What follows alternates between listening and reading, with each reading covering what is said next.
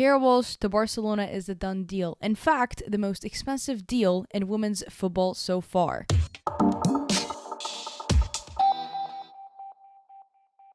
It is speculated that the operations for this move cost Barcelona about 400,000 euros. She's worth every penny of that, if not more. She now joins one of the most luxurious clubs in the world and leaves behind a troubled Manchester City. Let's break it down. She is the last of the 3 starting midfielders to departures the Manchester side. It was first Weir who went over to Madrid and Stanway to Bayern Munich. On top of that, she joins Lucy Bronze, who completed her move earlier this summer to Barcelona. But we're not here to talk about Manchester City, we're here to talk about Walsh. She is arguably one of the best defensive midfielders in the current game and has been for the last 2 to 3 years.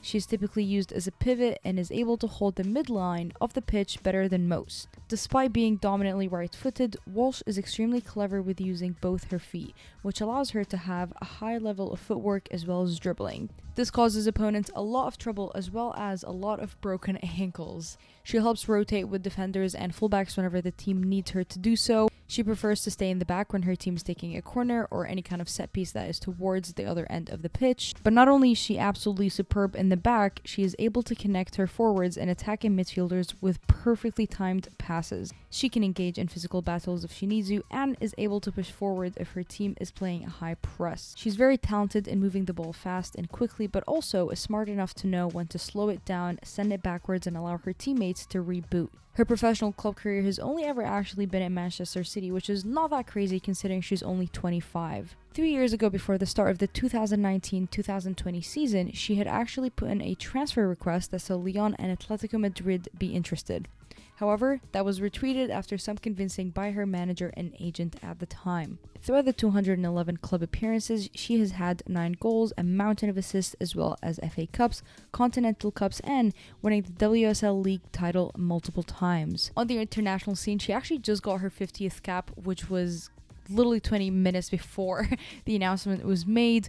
I mean, honestly, what a great historical date to get your 50th cap and also get this historical move going. She's no stranger to bossing the midfield there as well, as she was also named in the Euros team of the tournament. Quite recently, she ranked 6th on the UEFA Player of the Year award list. If you didn't know already, which I'm assuming you probably do know, she was one of the biggest key factors of how the Lionesses won the Euros and also had a complete sweep in their World Cup qualifications. I have no doubt that she's going to fit perfectly well with Barcelona and over there in Spain, specifically with Lucy Bronze. I know Barcelona was after an Alexia replacement, but Walsh doesn't necessarily play the exact game as Alexia Putellas. Alexia obviously is a little bit more of an attacking midfielder, but this is not going to be an issue, and this is not to undermine the amount of talent and players available in that Barca midfield. It'll be really interesting to see how they're able to shovel that midfield around. I assume they're probably going to be playing with a double pivot with Walsh and either Bonmati or Patry. I think Patry might be the one, but you obviously have to test the chemistry between them, test how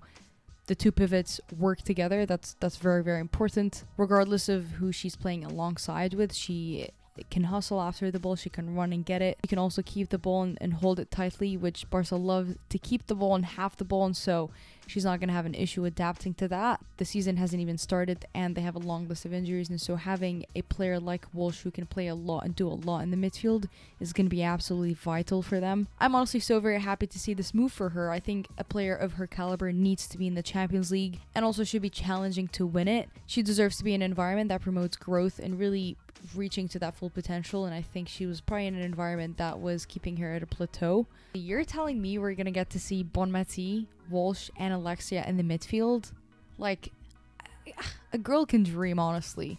On top of that, you're telling me we get to see her and Lena Oberdorf face off in the Champions League? Like, I'm so down for it. You also cannot miss the Clásicos, which she's gonna go up against her ex-midfielder teammate Caroline Weir. Like, it's just, the story is so good. Like, I'm very excited, if you can tell already. Please do share your thoughts on this very big transfer, what it means for Walsh, what it means for Manchester City, Barcelona, everything in the women's football world. How does it feel to see price tags jump up like this? I mean, 400k is probably nothing to what Keira Walsh actually really deserves, but where the women's game is sitting and what clubs are offering, 400k sounds like something they could have not dreamed of 5 years ago. What does this mean to the game? Please do share your thoughts and opinions on it. For more quality and fun content, make sure you subscribe to us here on YouTube and follow us on Twitter.